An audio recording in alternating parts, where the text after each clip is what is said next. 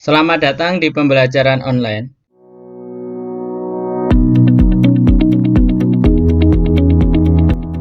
Pada kesempatan ini kita akan melanjutkan kuliah kita tentang silvikultur, yaitu kita akan membahas pertumbuhan pohon. Yang pertama yaitu pertumbuhan dan perkembangan pohon. Pertumbuhan pohon ditandai dengan terjadinya perpanjangan dan pelebaran diameter akar, batang, dan cabang. Jadi, pohon disebut ada pertumbuhannya kalau terjadi penambahan panjang dan pelebaran baik pada diameter akar, batang, maupun cabang. Selain itu, nanti juga terjadi perubahan berat, kemudian volume, serta ukuran dan bentuk pohon. Kemudian untuk pertumbuhan, itu berpusat pada pusat pertumbuhan, yaitu nanti berupa jaringan meristematik pada ujung akar dan tunas, demikian pula pada kambium. Jadi pada jaringan meristematik ini nanti akan terjadi pertambahan panjang, misalnya akarnya bertambah panjang, kemudian tunasnya atau bertambah tinggi pohon.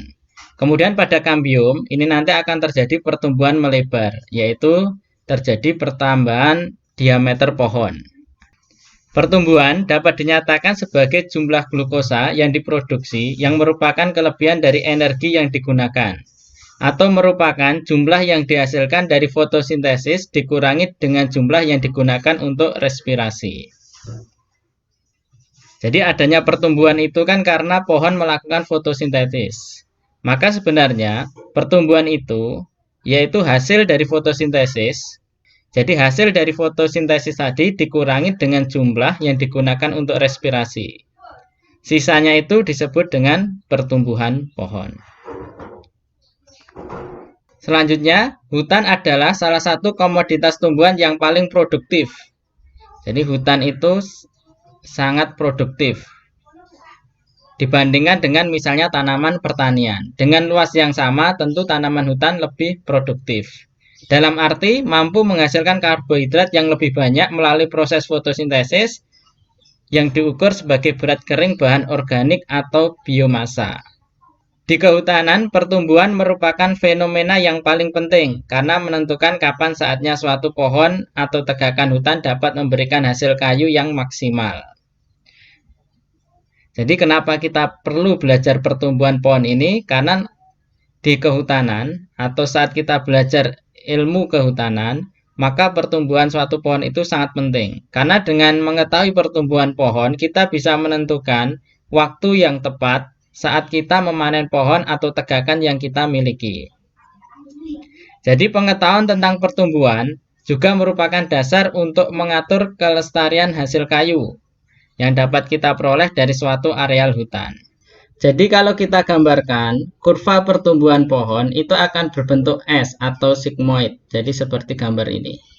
Ini adalah kurva pertumbuhan pohon. Kalau ini pertumbuhan tinggi, kemudian yang bawah ini adalah pertumbuhan diameter pohon. Dia berbentuk S atau sigmoid. Fase pertumbuhan pohon dimulai dari fase awal. Jadi kalau awal ini terjadi pertumbuhan yang lambat. Jadi pada awalnya terjadi pertumbuhan yang lambat, kemudian terjadi pertumbuhan utama atau grand period, yaitu pertumbuhan yang sangat tinggi. Jadi awalnya itu lambat, kemudian nanti akan tinggi. Pada fase awal pertumbuhannya lambat, kemudian dia nanti akan menjadi cepat pada fase ini. Kemudian nanti pada periode dewasa, yaitu ketika dewasa, kalau kurva tinggi kepada periode dewasa, dia nanti akan melambat pertumbuhannya. Ini setelah dewasa, tanaman itu akan melambat. Ini pun juga sama, diameter nanti ketika tanaman sudah mulai tua, maka dia pun juga akan melambat. Jadi pertumbuhan diameter ketika pohon sudah mulai menua, maka pertumbuhan diameternya akan melambat. Demikian juga pertumbuhan tinggi ketika pohon sudah mulai tua atau dewasa, pertumbuhan tinggi juga akan melambat. Selanjutnya yang kedua, kita akan membahas tahap-tahap pertumbuhan pohon. Jadi dalam pedoman TPTI, Tebang Pilih Tanam Indonesia, tahap pertumbuhan pohon dan ukurannya itu dirinci sebagai berikut. Jadi nanti ada tahap semai. yaitu tahap permudaan mulai dari kecambah sampai tanaman itu mencapai tinggi 1,5 meter. Jadi kalau kita masuk ke hutan, kemudian kita menemui pohon yang baru tumbuh, kemudian tingginya kurang dari 1,5 meter, maka itu disebut pohon masih dalam tingkat semai. Kemudian yang kedua ada sapihan atau pancang, yaitu anakan pohon yang tingginya lebih dari 1,5 meter dengan diameter lebih kecil dari 10 cm. Dengan kriteria ini maka itu disebut sebagai sapihan atau pancang. Kemudian nanti ada tingkat tiang, yaitu pohon-pohon muda dengan diameter 10-19 cm. Jadi kalau ada pohon dengan diameter 10-19 cm, maka disebut tiang. Kemudian ada pohon atau pohon dewasa. Disebut pohon itu ketika diameternya lebih dari 20 cm ke atas. Jadi ini adalah tahap-tahap pertumbuhan pohon. Ada semai, sapihan atau pancang, kemudian tiang, yang terakhir pohon atau pohon dewasa. Yang ketiga, pertumbuhan tinggi. Pola pertumbuhan tinggi yang diplotkan berdasarkan umur menunjukkan pola sigmoid. Jadi kalau kita lihat gambar grafik ini, pada gambar ini adalah umur, kemudian ini adalah pertumbuhan, maka pertumbuhan tinggi ini sebenarnya nanti juga sigmoid. Pertumbuhan awal yaitu pertumbuhan yang pesat dan berakhir dengan pertumbuhan yang lebih lama dan panjang periodenya namun lambat. Jadi pada pertumbuhan tinggi itu pada awalnya pesat, cepat. Selanjutnya nanti akan melambat dan menurun. Tanaman pada tingkat semai, ini tingkat semai, tingkat pancang, tiang. Kalau pada tingkat semai itu berarti yang pertumbuhannya cepat adalah pertumbuhan tinggi. Kalau pertumbuhan diameternya masih lambat. Pada tingkat pancang nanti yang paling cepat adalah juga pertumbuhan tinggi, pertumbuhan diameternya lambat. Kemudian pada tingkat tiang sampai dewasa, maka pertumbuhan tingginya juga cepat, namun nanti juga diiringi dimulainya dengan pertumbuhan diameter. Maka pertumbuhan diameter juga akan dimulai tingkat ini. Jadi pertama-tama pohon itu dia akan mengalami pertumbuhan yang cepat itu pada penambahan tingginya. Kemudian kalau penambahan diameter itu yang paling cepat biasanya baru dimulai pada tingkat tiang sampai dewasa. Jadi kalau kita perhatikan laju pertumbuhan pohon itu bermacam-macam, tergantung dari jenis spesiesnya apa, kemudian umur pohonnya apa. Jadi kalau dari jenis spesies, ada jenis spesies pohon yang dia itu cepat tumbuh. Misalnya sengon atau balsa. Ini adalah jenis pohon yang mengalami pertumbuhan secara cepat. Kemudian juga ada jenis pohon yang lambat pertumbuhannya. Misalnya jati, eboni. Selain itu, umur pohon ini, jadi umur pohon itu juga mempengaruhi laju pertumbuhannya. Dari grafik ini kita bisa melihat, pada umur pohon yang masih muda, jadi dari tingkat semai sampai dewasa, maka laju pertumbuhan pohonnya itu cepat. Tapi ketika umurnya sudah tua, jadi ketika sudah pohon tua, ternyata laju pertumbuhannya melambat, baik pertambahan diameter maupun pertambahan tinggi. Yang keempat, kita akan membahas pertumbuhan diameter. Jadi adanya pertambahan diameter atau pertumbuhan diameter itu dipengaruhi karena adanya kambium pada pohon. Pertumbuhan diameter terjadi karena meningkatnya massa sel-sel di sekeliling meristem lateral atau kambium, di mana setiap tahun diproduksi sel-sel xilem ke arah dalam dari batang dan sel-sel phloem ke arah luar. Jadi secara umum kenapa terjadi pertambahan diameter itu karena terjadinya atau meningkatnya massa sel-sel di sekeliling kambium. Kalau kita perhatikan gambar yang tadi, maka pola pertumbuhan diameter juga merupakan bentuk sigmoid berbentuk S, namun agak berbeda dengan pola pertumbuhan tinggi. Kecenderungan alami dari pertumbuhan diameter adalah lambat pada awalnya dan secara perlahan-lahan meningkat pesat sesuai dengan kualitas tempat tumbuh. Jadi seperti yang saya jelaskan di muka tadi, pada gambar kita bisa melihat, pada tahap awal pertumbuhan tanaman atau pohon itu biasanya yang cenderung lebih cepat adalah pertambahan tingginya. Kemudian nanti pertambahan diameter itu menyusul, itu lebih lambat. Kurva pertumbuhan pada fase kedua dari sapian sampai melalui fase tiang menyerupai garis lurus. Jadi kalau kita lihat pada tahap sapihan sampai dengan tiang, maka kurva pertumbuhannya seperti garis lurus. 4. Pertumbuhan diameter. Jadi ini adalah gambar penampang melintang pohon. Ini ada kambium yang A, kemudian yang B ini ada kulit dalam, kemudian yang C ada kulit luar, kemudian yang D ini ada kayu gubal, kemudian yang E ada kayu teras, yang F ada pit, kemudian yang G ada jari-jari. Pertumbuhan diameter pada ketinggian setinggi dada tidak sama dengan pertumbuhan diameter pada tunggak atau pada bagian batang yang berdekatan dengan tajuk. Jadi kalau kita memperhatikan pertumbuhan diameter, maka itu bervariasi dalam satu pohon.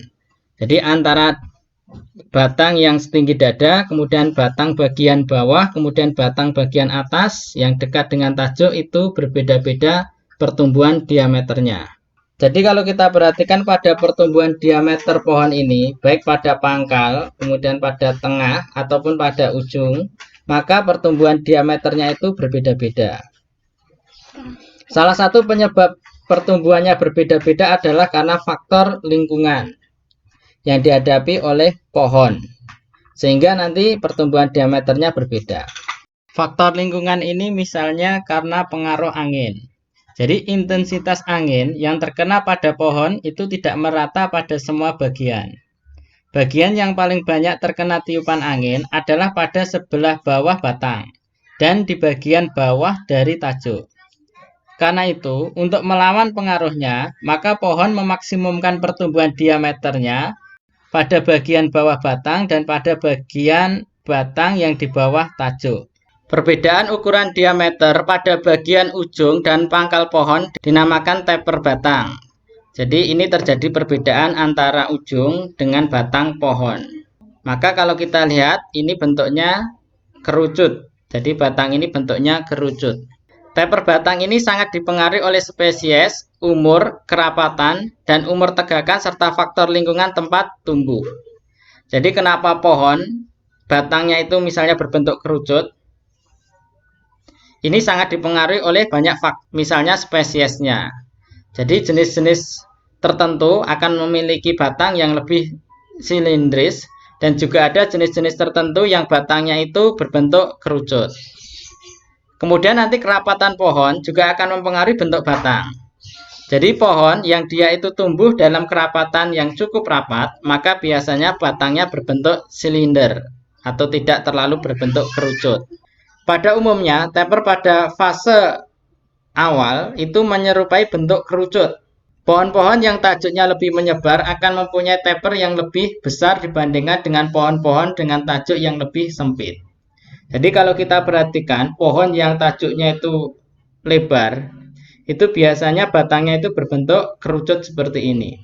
Tapi sebaliknya, pohon-pohon yang tajuknya itu tidak terlalu lebar, maka batangnya itu hampir berbentuk silinder atau tidak kerucut seperti ini.